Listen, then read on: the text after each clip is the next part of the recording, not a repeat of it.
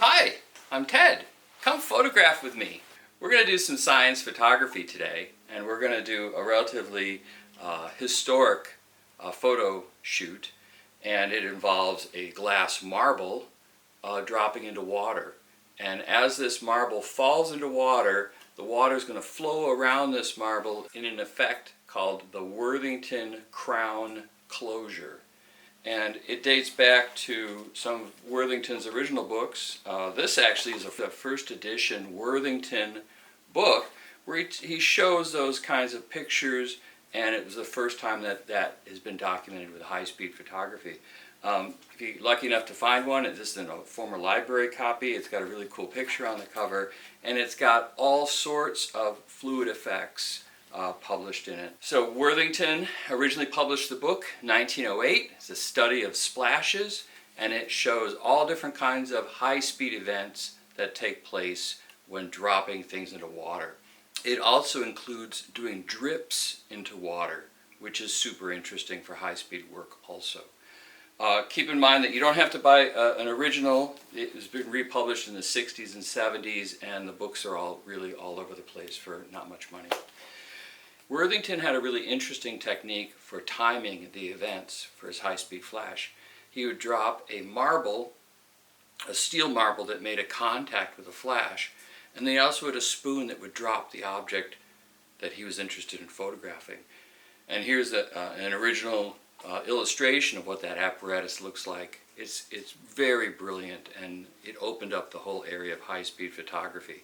A lot of fluid effects are named after Worthington because he was really the first. So what we're going to do is we're going to take this marble and we're going to drop this marble into water and take some high-speed images, and we're going to see if we can get this effect to take place. It happens very fast, so it's something that most people have never seen, and it's the beauty of high-speed photography as it opens up this world of events that happen too fast for us to see in our physical world. It's pretty cool stuff.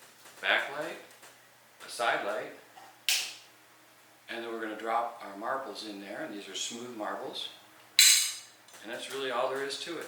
And we're going to study that marble as it hits that water in high speed.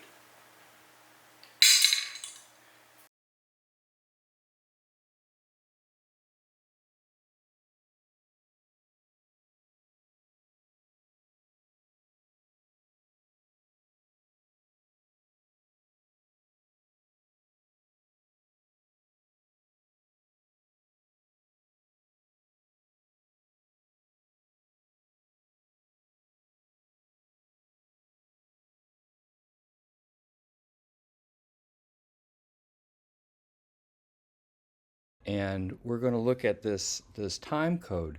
So this is 18,000 frames per second.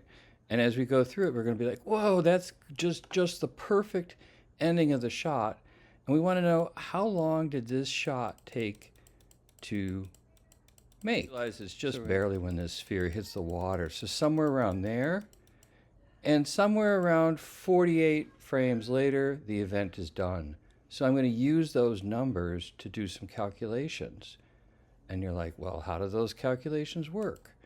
Well, the first thing that we're going to do is we're going to see what the equation is. The time that it takes is the number of frames divided by the number of frames per second. So this frames per second has a unit of 1/seconds at it. And you can kind of think of this as, well, the number of frames. Frames don't really have a unit to them, so we can really cross them out. And we get the number 48 over 18,000. The bottom unit is 1/seconds, which can be brought to the top. So now I have 48 divided by 18,000, which is 0.002 seconds, or rewriting that as 2.66 milliseconds. Hope you had fun, hope you learned something, and I'll see you next time.